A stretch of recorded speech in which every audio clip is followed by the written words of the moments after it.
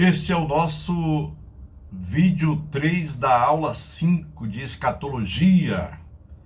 Estamos tratando do reino de Deus e agora, particularmente, em continuidade à nossa aula, vamos refletir sobre o reino de Deus segundo as Sagradas Escrituras, tanto do Antigo quanto do Novo Testamento.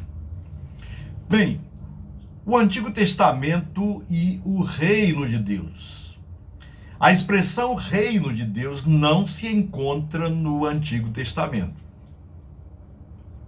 Mas no próprio Antigo Testamento se diz que Deus governa um reino.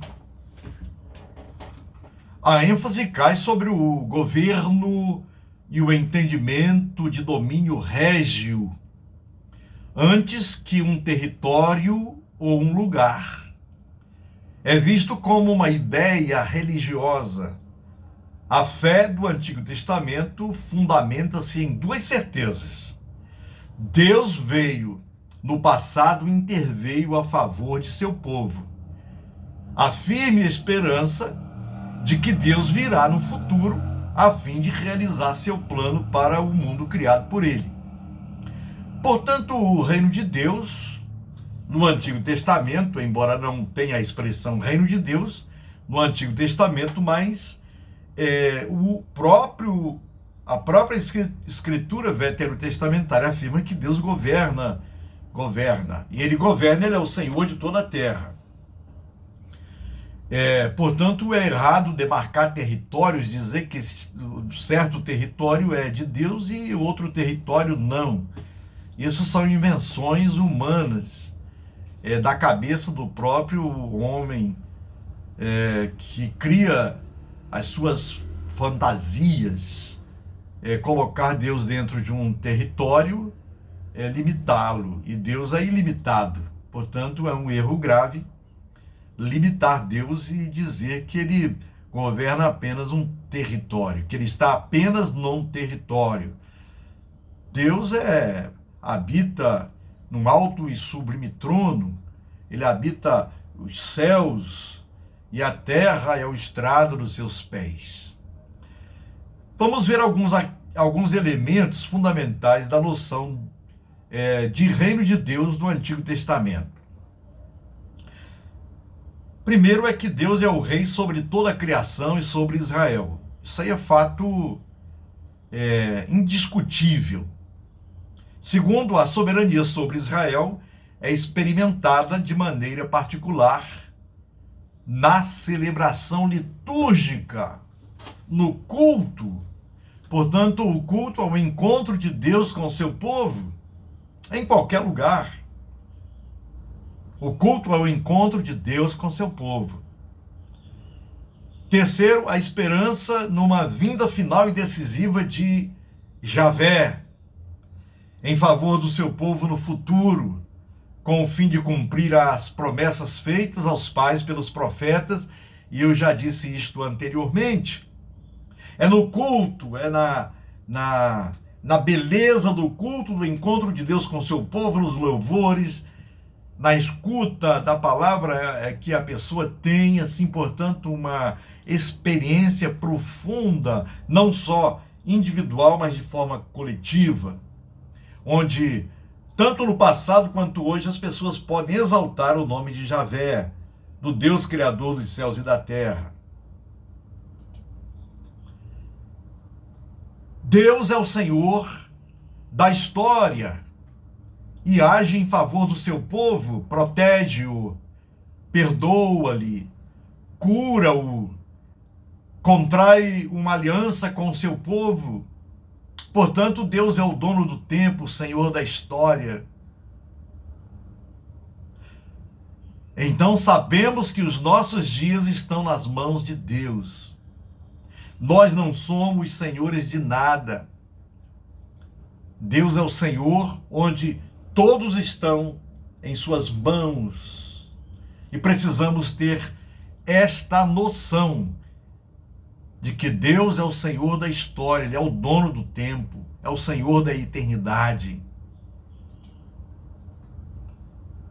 Bem, e o Novo Testamento? se o Antigo Testamento fala dessas maravilhas do reinado de Deus e o Novo Testamento. Quanto ao Novo Testamento e relacionado ao reino de Deus, é importante entender o significado do reino de Deus segundo o ensino de Jesus de Nazaré. Apresentou a sua mensagem do reino em parábolas. As parábolas são a própria pregação de Jesus.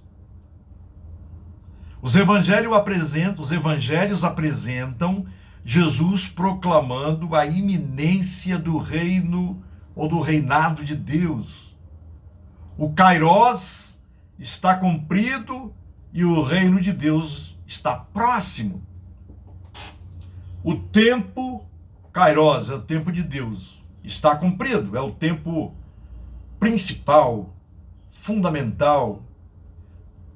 Kairós está cumprido e o Basileia Tuteu está próximo. Isto é, o reino de Deus ele foi aproximado na pessoa de Cristo Jesus. Na pessoa e na obra de Cristo Jesus. Portanto, podemos dizer que Jesus ele é o próprio reino de Deus. Porque ele nos trouxe todas as configurações fundamentais do reino de Deus. Paulo chegou até a dizer que o reino de Deus é paz, é gozo e alegria no Espírito Santo. João Batista, o preparador do caminho do Messias.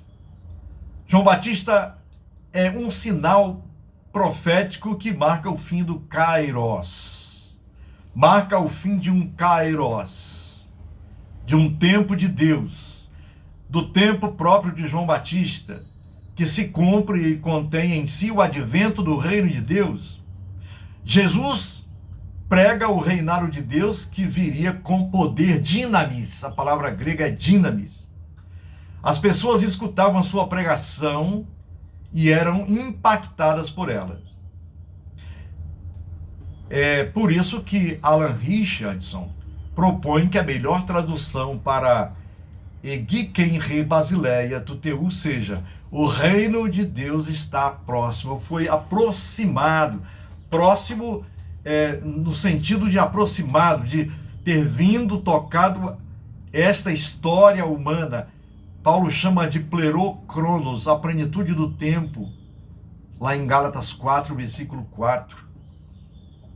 Esta é a ideia fundamental trazida pelo próprio Senhor Jesus, Jesus Cristo, Jesus de Nazaré. Mateus 6,33, o próprio Senhor Jesus, aqui na revista Almeida, na Bíblia Almeida Corrigida e Revista Fiel, revisada Fiel, a tradução está muito boa.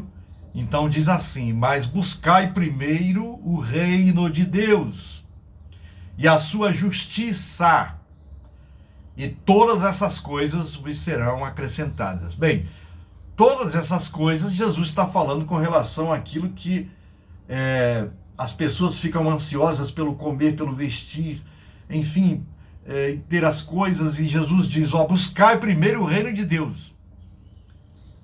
Não é que ele estivesse ensinando a pessoa a não trabalhar, mas é a buscar prioritariamente, experimentar as configurações, o conteúdo do reino de Deus, que é justiça, que é paz, que é a alegria do Espírito Santo.